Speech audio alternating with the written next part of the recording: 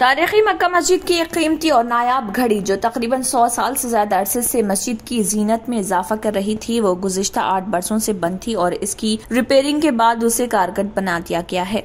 मक्का मस्जिद की इस नायाब घड़ी की अपनी एक तारीख है। ये फ्रांस की फेवर लोबा कंपनी की ये घड़ी 1850 में तैयार करदा है। सल्तनत आसिफिया के चौथे निजाम नवाब नासिरुद्दौला ने फ्रांस से इस घड़ी को मंगवाया था और उसे मक्का मस्जिद में लगाया गया। 1948 के बाद जब मक्का मस्जिद और शाही मस्जिद का इंतजाम कमिश्नर एंडोमेंट के तहत किया गया तो घड़ी के मेंटेनेंस की जिम्मेदारी भारत वॉच कंपनी को दी गई। 1972 से 1982 तक ये जिम्मेदारी बरकरार रही। 1982 में इस वक्त के कमिश्नर पुलिस विजय रामाराव की सिफारिश पर मेंटेनेंस का काम वाहिद वॉच कंपनी को दिया गया। वाहिद वॉच कंपनी के सिकंदर खान और भारत वॉच कंपनी के विनोद शिंदे दोनों की मुश्तरका मसाई के नतीजे में 8 साल से बंद ये तारीखी घड़ी दोबारा कारगर हो चुकी है।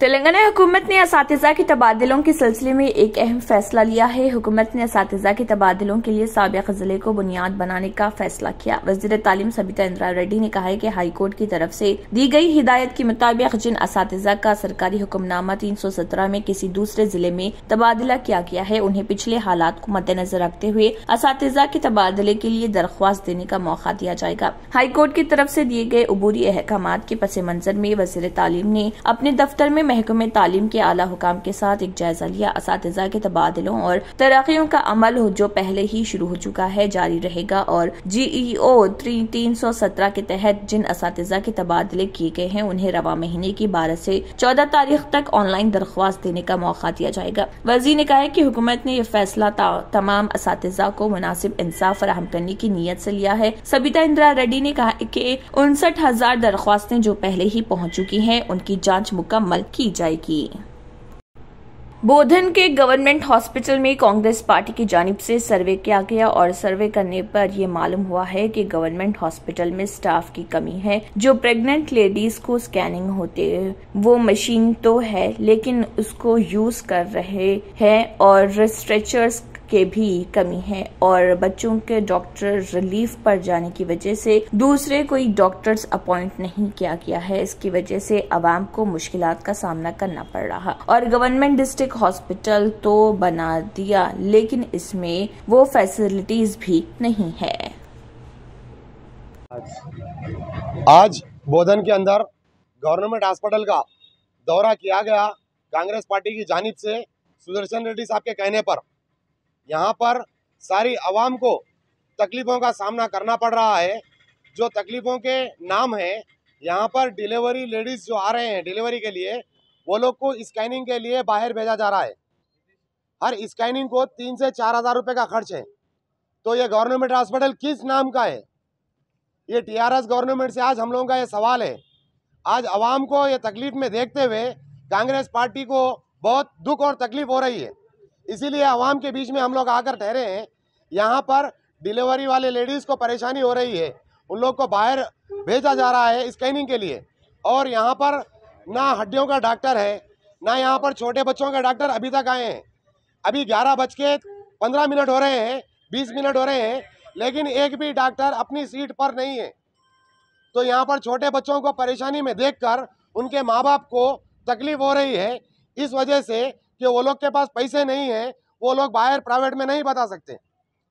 तो हमारे बोधन के MLA साहब से ये गुजारिश है कि बोधन के हॉस्पिटल का आप एक बार दौरा कीजिए। आप एक बार 9 बजे पहुंच जाइए हॉस्पिटल के अंदर, एक बार 9 बजे पहुंचिए।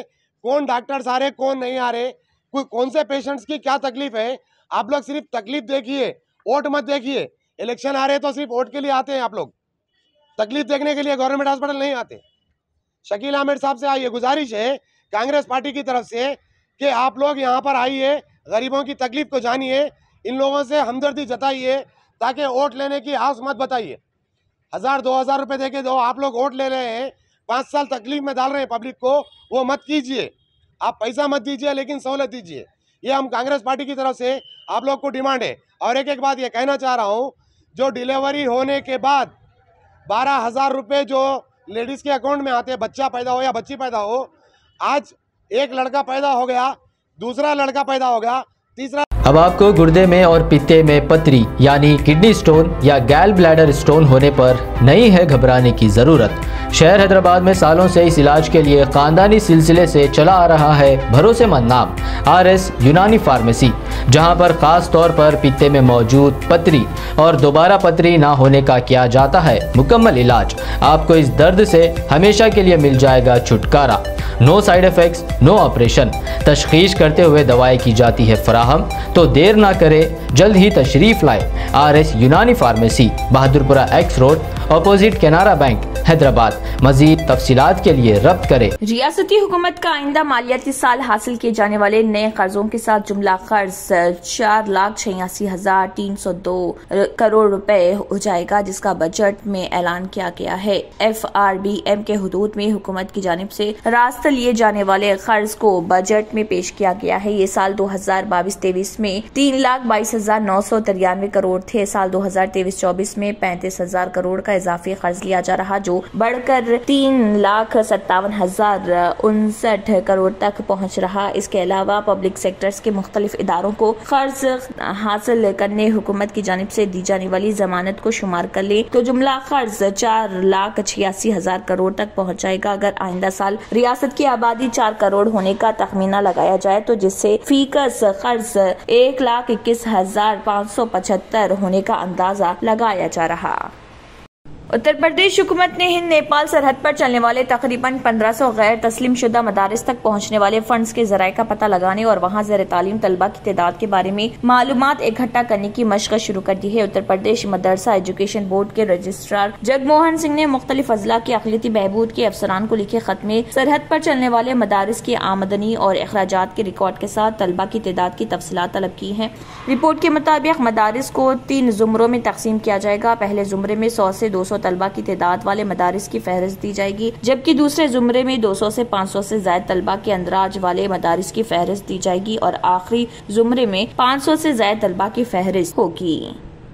जर्मनटन हॉस्पिटल, ऑर्थोपेडिक से मुताल्लिक हर मरीज यहाँ शिफायाब। इनाम याफ्ता doctor Mir Jawad Zar Khan, senior orthopaedic surgeon, advance operation theatre, ICU, digital X ray, laboratory, physiotherapy, pharmacy, sharing और प्राइवेट रूम्स, लेडी डॉक्टर्स और डॉक्टर अर्जुमन सुल्ताना गायनेकोलॉजिस्ट की खिदमात हासिल। वाजिबी फीस और मुकम्मल सहूलियात से हजारों मुतमईन। एम्बुलेंस से आरास्ता Germanton orthopaedic hospital, pillar number 150, Attapur, Hyderabad. अगर आपने हमारे चैनल को अभी तक सब्सक्राइब नहीं किया है तो यहाँ पर रेड कलर का सब्सक्राइब बटन दिख रहा है, उसे क्लिक करें और हमारे चैनल को सब्सक्राइब कीजिए और साथ ही साथ बेल आइकन को भी क्लिक कीजिए, जिससे आपको ताज़ा अपडेट मिलती रहे।